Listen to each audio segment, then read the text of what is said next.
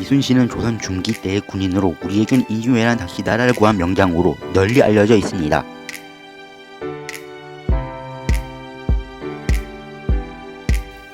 그는 1545년 4월 28일에 한성 권청동, 지금의 서울특별시 중구 인영동 일대에서 태어납니다.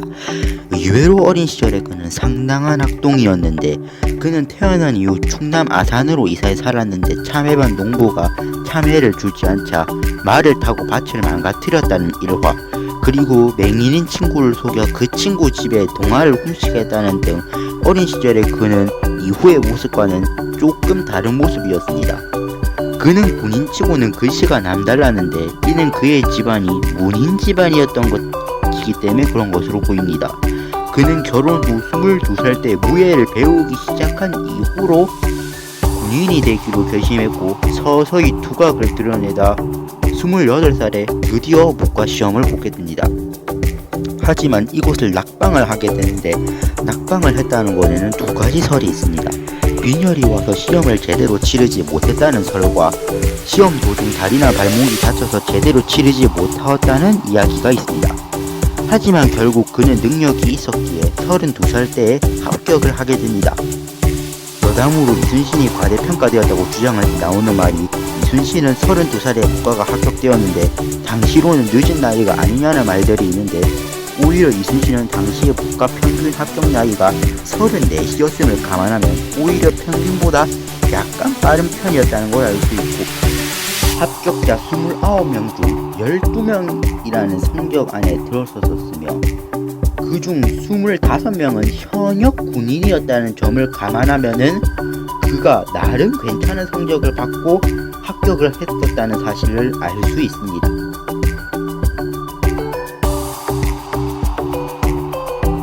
그는 인지회란 당시의 명장으로 매우 고평가받는데 그는 전쟁이 일어나기 1년 전인 1591년에 전라좌수영의 좌수사로 임명되는데 원래 그는 이전 종육품의 벼슬이었는데 2년 만에 정삼품으로 승진이 되었습니다.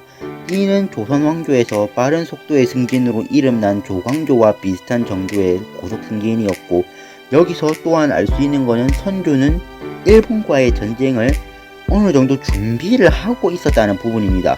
물론 동인의 주장을 채택했긴 하지만 말이죠.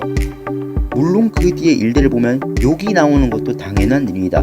일단 결국 인지회란이 터지게 되고 이순신은 옥포에 일본의 다이묘였던 도도 나카도라의 군대와 마주하게 됩니다. 마침내 원치킨적인 능력을 바탕으로 부상자 1명에 사망자는 0이라는 경이로운 기록으로 그 인지회란 첫 승리를 거두게 됩니다. 여담으로 육지에서도 며칠 뒤에 승리 소식이 들려오게 되는데 이때 장수였던 신각은 실수로 전투장계를 올리지 않아 본인 마음대로 군을 지휘했다는 죄로 사형을 받고 억울하게 죽게 된다고 합니다.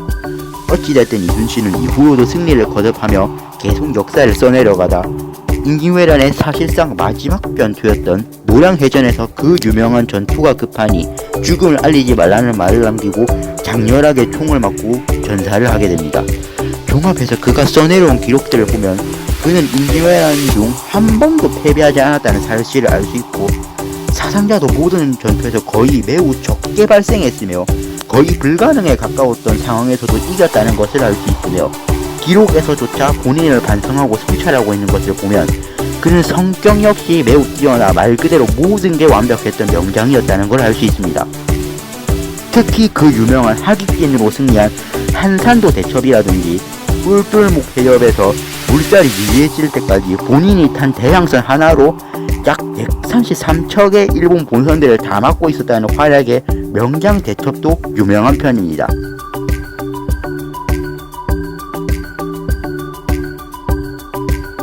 그의 성격 때문인지 그는 온화하게 선비처럼 생겼을 거라는 주장과 전형적인 무골의 생김새였을 거라는 주장 등 여러 주장이 있는데 일단 이순신은 생전 그린 초상화 중 발견된 건 하나밖에 없고 이마저도 지금 현재는 소실되었기 때문에 그걸 찍은 흑백 사진밖에 알 수 없는데 참고로 이 사진은 2013년에 증정중 등 조선 역사라는 책자에 실리기도 했습니다.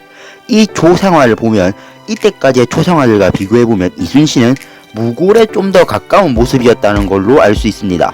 특히 그의 신장은 6척이라는 기록이 있는데 당시 명나라에서 1척이 31.1cm였던 것으로 보아 187 정도라는 걸 알 수 있는데 오늘날 대한민국의 평균 남성 키가 174 정도라는 걸 감안하면 너무나 큰 키이기 때문에 기록이 잘못된 것이 아니냐는 말이 있는데 그의 칼이 2m 가까이 됐었기에 이전부터 이순신은 2m 가까이나 그 이상일 거란 말이 있었기 때문에 그가 장신이었다는 건 확실히 맞는 것 같습니다.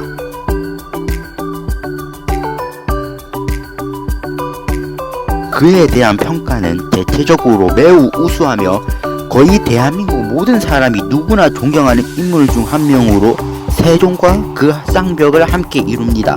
최근 여러 존경하는 인물 조사에서 그는 계속하여 1위를 하고 있고 계속하여 이 상위 라인을 벗어나기는 쉽지 않을 것 같습니다. 전쟁이라는 끔찍한 과정에서 그가 보여준 전략, 전투, 인성 그 모든 부분에서 말도 안 되는 진짜 그런 모습들을 보여줬기 때문에 그는 현재까지도 존경받는 건 당연하다고 볼 수 있습니다.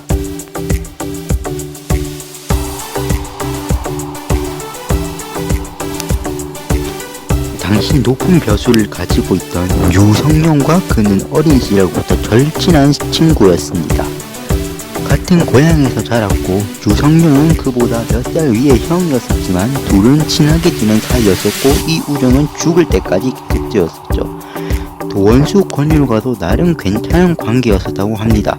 선조가 이순신을 파직해서 권율 밑에서 백의종군했을 때 권율이 그를 안타깝게 여겨 선의를 베풀었었다는 기록이 남아있습니다. 선조와 이순신의 관계에 대해 말씀을 드리자면 이순신은 애국심이 있었고 당시 조선은 전제군주제 국가였기에 왕이고 국가나 다름없었던 부분을 보면은 이순신은 끝까지 충성하는 충신의 모습을 보여줬다고 할 수 있습니다. 선조에게 역시 정치적 열등감을 느끼게 하는 위협감이었을 수 있지만 전쟁을 끝내기 위한 반드시 필요한 카드였기에 이순신을 혐오하거나 하진 않았을 것입니다. 그가 싫어했던 사람이라고 한다면 역시나 원균이라고 할 수 있는데 이순신의 완벽한 안티테제라고 할 수 있는 원균은 술을 좋아하고 먹는 걸 좋아하고 그냥 놀고 자고 그걸 또 반복하는 걸 좋아하는 말 그대로 노는 걸 좋아하는 뚱땡이 그 자체였던 인물로 이순신은 그를 원흉이라고 부를 정도로 매우 싫어했습니다. 하지만 성격 좋은 이순신이었기에 뒷목 잡을 일은 많았지만 참으며 관계를 유지했었습니다. 하지만 이는 칠천량 해전에서 원균이 이순신의 배를 박살내면서 이마저도 완전히 붕괴가 되죠. 물론 원균은 그 이후 사망했다고 하지만 도망가서 살아갔고 조용히 살았을 거라는 설도 있습니다.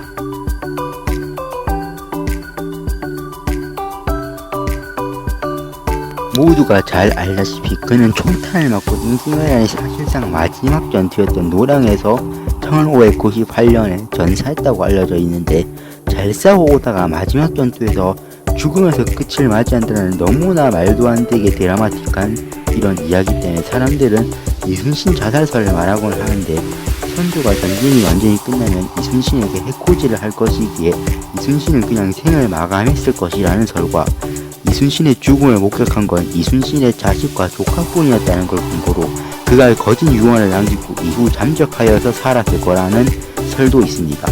이러한 설들이 나올 수 있는 것은 무엇보다 이순신이 대체 왜 누구에게 총을 맞아 죽었는지에 대해 아무도 잘 알지 못하기 때문인데요.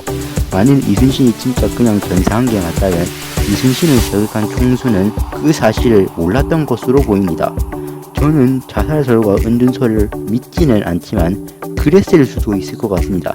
사실 유명 스타였던 투팍 샤커나 마이클 잭슨도 사후에 생존설이 떠돌듯이 유명해지면 어쩔 수 없는 부분이기도 합니다.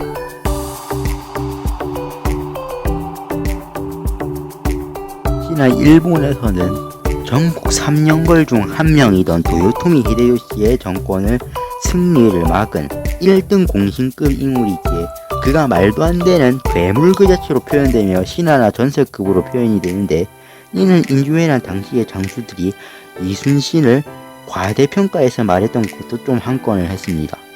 임진왜란 당시 때 참전했던 가토 기요마사는 이순신을 참으로 진정한 장군이었던 자라며 감탄을 하는 표현을 했고 1858년 에도 막부 시절 일본에서 그린 이순신 사파가 화제가 되었는데 그 사파에선 이순신은 말 그대로 괴물로 표현되어 화제가 되었습니다.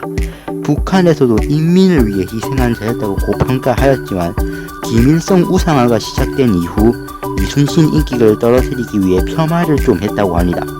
중국의 장웨이링 교수는 청나라 말기 때 항우나 관우 그리고 제갈량 손무가 있었어도 어떻게 해서든 청나라는 멸망했을 것인데 이순신이 있었다면 그것이 달라졌을 것이라고 말하기도 했습니다.